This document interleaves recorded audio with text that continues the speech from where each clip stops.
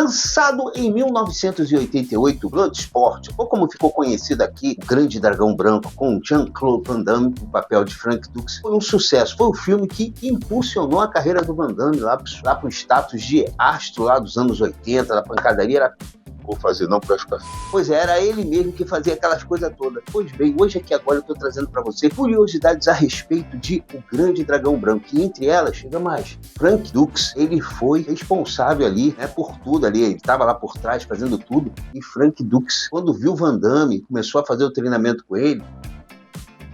É muito fraquinho, hein? Frank Dux falou que Van Damme era fraquinho, que não dava para interpretar ele não, que nem aguentar o humor. Rapaz, vem que tu vai ficar sabendo dessas e outras aqui agora comigo. Vem comigo, no caminho eu explico.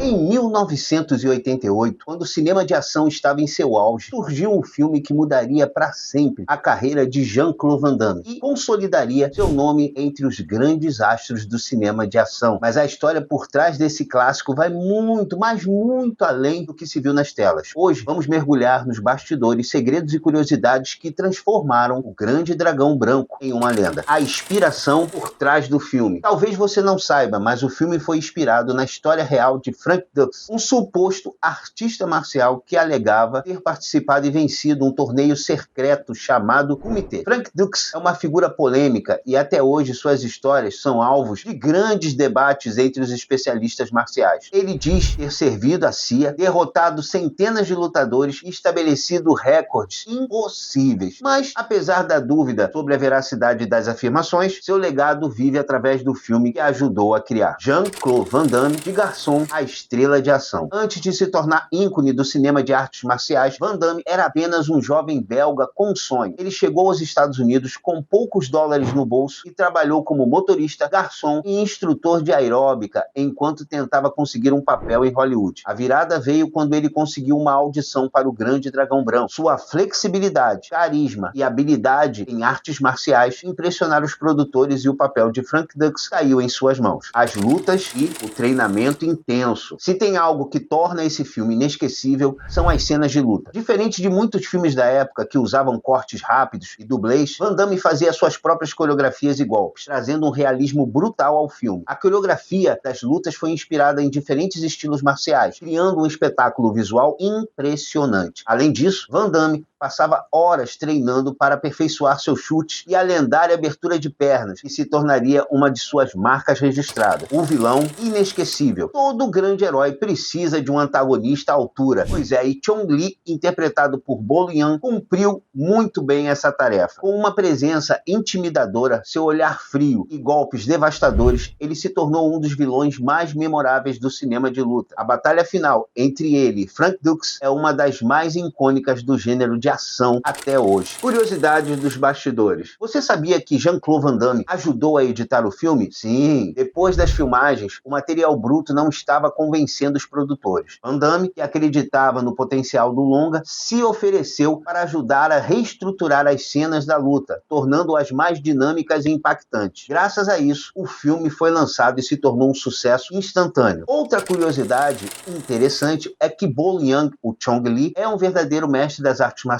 Antes de atuar, ele era um renomado fisiculturista e especialista em Kung Fu. Seu porte físico e expressões intensas fizeram dele um dos antagonistas mais temidos do cinema. O impacto e o legado. O Grande Dragão Branco arrecadou mais de 65 milhões de dólares nas bilheterias, um número impressionante para uma produção modesta. Ele influenciou uma geração inteira de lutadores e cineastas, além, é claro, de abrir as portas para Van Damme, que viria a estrelar outros clássicos, como O Alvo, O Soldado Universal e Time Cop. Até hoje, é um dos filmes mais assistidos pelos fãs de luta e continua sendo referência da cultura pop de jogos, videogames e memes na internet. Frank Dux rejeitou Van Damme durante as filmagens. Pois é, pra você que não sabe, Frank Dux, né, que é o personagem ao qual o Van Damme interpretava, né, o cara lá que fez todos aqueles recordes, né, segundo ele fala, ele fez aquilo tudo, né, e quando começou a treinar o Van Damme, ele olhou pro Van Damme, né, viu lá aquelas coisas e falou assim, vamos ver, né, o cara pelo menos físico o cara tem, né, vamos ver se o cara aguenta, né, a madeirada, né.